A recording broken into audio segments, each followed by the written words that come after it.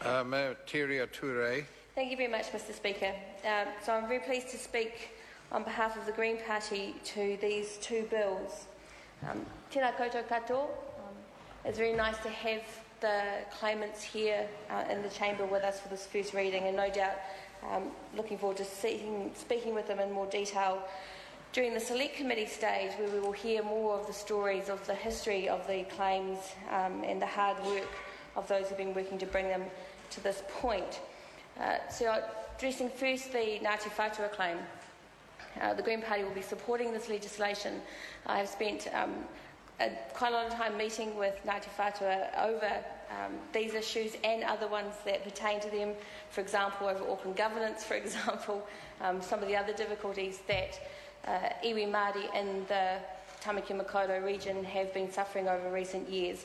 And I know that there's been a huge amount of work gone into this settlement. My colleague Dave Clendon will speak later on detail of the Ngati Whatua claim, but we're very pleased to be able to support this claim. So the principles behind which the Green Party approaches treaty settlements are that we believe that the Crown and its representatives have breached and continue, including within the settlement process, to breach Te Tiriti o Waitangi. We agree that there must be resolution of and restitution for all outstanding historical and contemporary direct breaches as they occur. We believe that Te Tiriti o Waitangi supports haputanga, and that haputanga is undermined by the treaty settlement process and its focus on large natural groupings, which tends to undermine the particular claims or the particular issues suffered by hapu over the period of colonisation as it occurs. We also believe that Te Tiriti o Waitangi is a positive force for social cohesion and peace in this country.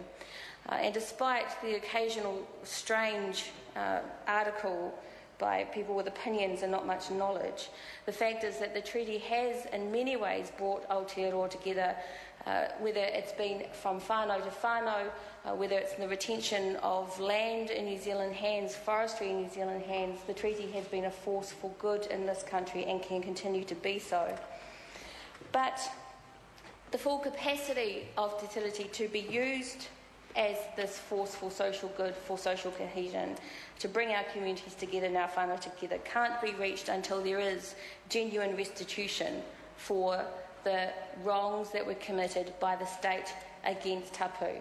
And that requires the restitution of rangatiratanga, requires the restoration of decision-making and respect for the process by which iwi and hapu organise themselves and make decisions themselves. The difficulty we have with the treaty settlement process, and have always had with it, is that it is not designed by Māori or for Māori. It is not designed according to the rangatiratanga of iwi and hapu. It is designed according to the needs of the Crown to find a cheap way and quick way of addressing issues that the broader constituency might want addressed, but which it still, in the process, causes further harm. The large natural groupings policy is one of those ways that continual harm is done to iwi and hapu. The picking winners process that the settlement essentially creates is another way in which harm continues to be caused against iwi and hapu, and that continual breaches are made because people, iwi and hapu with legitimate claims and real concerns and with who have been injured by the actions of the state, are left out of the process because the process is not designed to meet their needs. So, the Greens have in the past, we have tended to support treaty settlements because we know that there are often many decades of work gone into bringing them to this point in legislation, and we know how many hours have gone into managing the claims process, how much work is involved in working with the communities, how much effort has gone into working with the Office of Treaty Settlements and the Minister to try to get some reasonably just process and restitution, although that is very rare to see.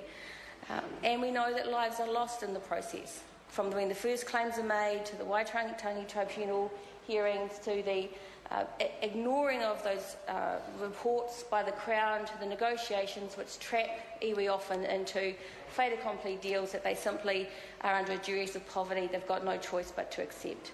That is how the majority of treaty settlement claims are dealt with by the state. So we have to take this very seriously. This is not about rubber stamping this process. It is not, because it is not a just process and it doesn't provide just restitution.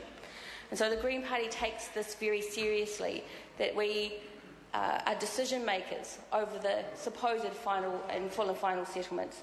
But we don't believe they are full and final. We think they are deals done today, according to today's constraints, and that the issues will be revisited. So that does bring me to the Ngati Manuhiri claim. And on this settlement, the Green Party has agreed to abstain in the first reading, which for us is a big step because we have generally supported all claims. But we are abstaining today on this claim because we think that the issues that have excluded Ngati Wai from the proper process around their claim over Hauturu is so serious by the Crown that we are simply not prepared to support it at this stage and say that it's okay. We don't think that this settlement bill is okay.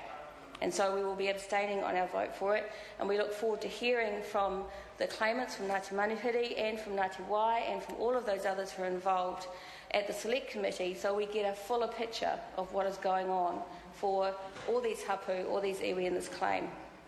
So to that extent, it's important then to put on the record, as we have earlier today, the issues around Te Hauturu o Toi, particularly for Ngati Wai, because they are the ones who are not being represented in this chamber, in this debate.